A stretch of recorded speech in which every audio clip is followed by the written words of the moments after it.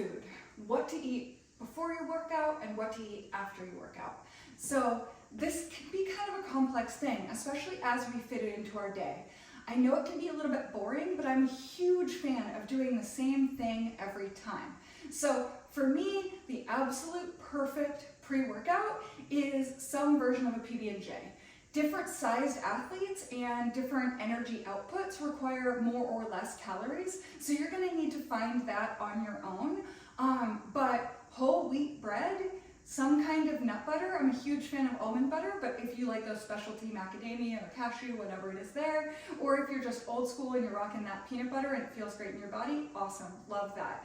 Then we've got some kind of a jam. You can also use honey, you can also use fruit, or some mixture of the two. So what we've got here is we've got fiber and protein in our bread, we've got fat and protein in our nut butter, and then we have simple carbohydrates, really fast digesting sugars in that fruit. I'm a really big fan of bananas or berries, or honey or jam, right? We also have those complex carbohydrates in the bread.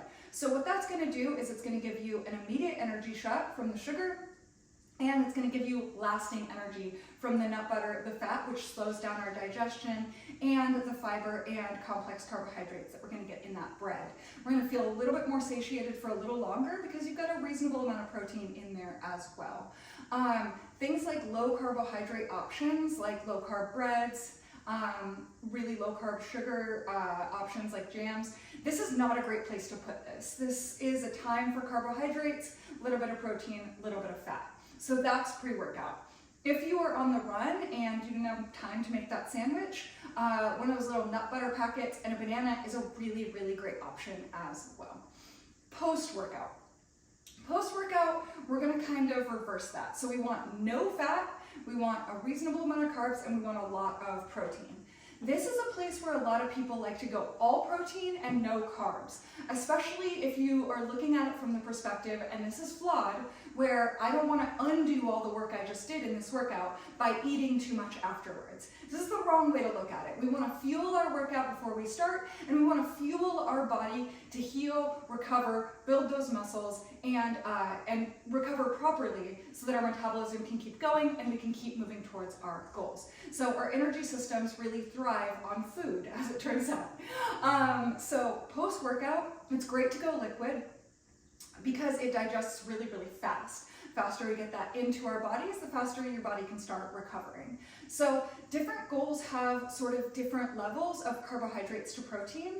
If you are trying to lean out or you have more aesthetic goals, you're probably going to be wanting to do something more like 2 or 1 times carbohydrates to protein. So that means 20 grams of carbs, 20 grams of protein, or 40 grams of carbs, 20 grams of protein.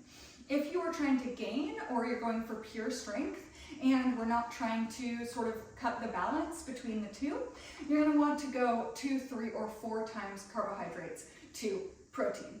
Again, let's go ahead and limit the fat in that post-workout situation because we don't want to slow down in the digestion. Fat can come afterwards. Hopefully, everything is working great, and half an hour, 45 minutes, maybe even an hour after you consume that liquid shake, you are going to be hungry again. That's a great time for dinner or whatever the appropriate meal is. If you are someone who absolutely cannot do liquid things, white rice and low-fat protein is a really great option here. So go fuel your workout ahead of time, a little bit of fat, a little bit of protein, lots of carbs, and fuel your recovery afterwards with good amount of carbs, good amount of protein, as little fat as possible. Pre, post-workout. All right, let's get it.